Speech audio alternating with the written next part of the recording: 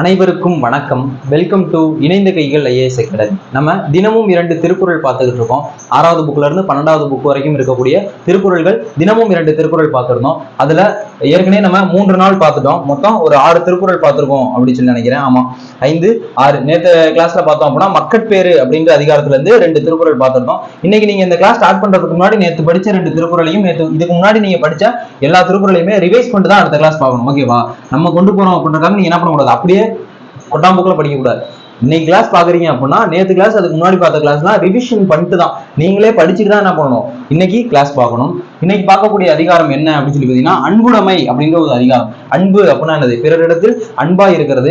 அந்த அன்பு உடைமை அப்படின்ற ஒரு அதிகாரம், அன்பு கூட்டல் உடைமை, அன்பு உடைமை அப்படின்ற அதிகாரத்துல இருந்து தான் 2 திருக்குறள் பார்க்க போறோம். முதல் திருக்குறள் பார்த்தீங்க அப்படின்னா அன்பிலார் எல்லாம் தமக்குரிய அன்புடையார் என்பும் உரியர் பிறருக்கு அப்படின்னு சொல்லியிருக்காங்க.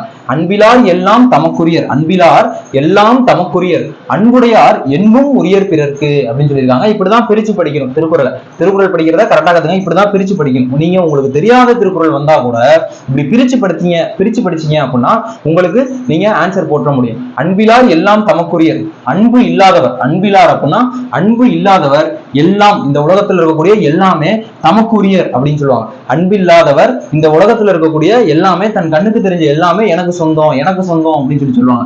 ஆனா அன்பு உடையவர் என்ன பண்ணுவாங்கன்னா என்பும் உரியர் பிறர்க்கு. என்பு அப்படின்னா உடம்பு, என்பு அப்படின்னா எலும்பு அப்படின்னு சொல்லலாம், இல்ல உடம்பு அப்படின்னு சொல்லலாம். என்புனா என்னது?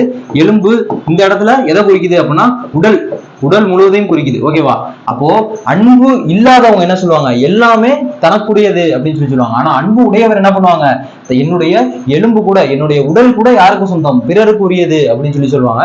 இதுதான் அன்புடைமை அப்படின்ற அதிகாரத்துல இருந்து முதல் திருக்குறள். அன்பிலார் எல்லாம் தமக்குரியர், அன்புடையர் என்பும் உரியர் பிறருக்கு அப்படின்றதான் முதல் திருக்குறள். அன்பு இல்லாதவர் எல்லா பொருளும் தமக்கே அப்படின்னு சொல்லுவாங்க. ஆனா அன்பு இருக்கவங்க என்ன சொல்லுவாங்க, தன்னுடைய உடம்பு கூட பிறர்க்கே சொந்தம் அப்படின்னு சொல்லுவாங்க. அடுத்த திருக்குறள் பாத்தீங்க அப்படின்னா அன்பின் வலியது உயர்நிலை அத்திலார்க்கு என்பதோடு போர்த்த உடம்பு அப்படின்னு சொல்லியிருக்காங்க. அப்ப அன்பின் வலியது உயிர்நிலை, அன்பின் வலியது உயிர்நிலை அத்திலார்க்கு என்பதோடு போர்த்த உடம்பு. ஓகேவா?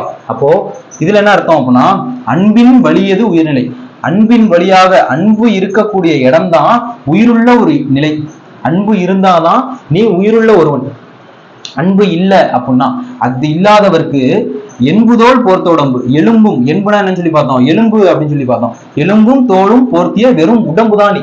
அன்பு இருந்துச்சு அப்படின்னா, உன்னுடைய உடல்ல அன்பு இருந்துச்சு அப்படின்னா தான் நீ உயிருள்ள ஒரு ஜீவன்.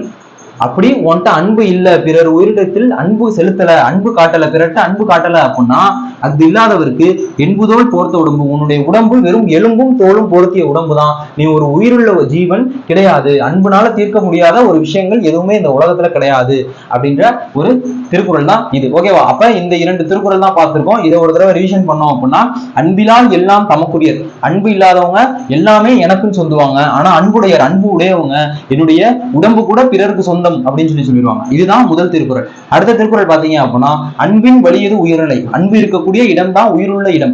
அது இல்லாருக்கு, அந்த அன்பு இல்லாதவங்களுக்கு என்புதோல் போர்த்த உடம்பு, வெறும் எலும்பும் தோளும் போர்த்திய உடம்பு தான் அன்பு இல்லாதவங்களுடைய உடல் அப்படின்றதுதான் இந்த திருக்குறள். ஓகேவா? ஓகே, அப்ப நம்ம இன்னைக்கு அன்புடைமை அப்படின்ற அதிகாரத்துல இருந்து 2 திருக்குறள் பார்த்திருந்தோம். இது புரிஞ்சிருக்கும் அப்படின்னு சொல்லி நம்புறேன். டெய்லி நம்ம இந்த மாதிரி கிளாஸஸ் கொண்டு போயிட்டு என்ன பண்ணிடலாம், உங்களுக்கு எல்லாமே முடிச்சு கொடுத்தலாம். உங்கள்ட்ட இருந்து சப்போர்ட் வந்துச்சு அப்படின்னா நம்ம ஃபுல் அண்ட் ஃபுல் யூடியூப்ல என்ன வேணா பண்ணலாம். ஓகேவா? ஸோ முடிந்த அளவுக்கு சப்போர்ட் பண்ணுங்க. உங்க ஃப்ரெண்ட்ஸ் யாராச்சும் படிச்சிருந்தாலும் ஷேர் பண்ணுங்க. ஓகேவா? ஓகே, இந்த கிளாஸ் புரிஞ்சிருக்கும் அப்படின்னு சொல்லி நம்புறேன். பிடிச்சிருந்துச்சு அப்படின்னா தொடர்ந்து சப்போர்ட் பண்ணுங்க. நன்றி, வணக்கம்.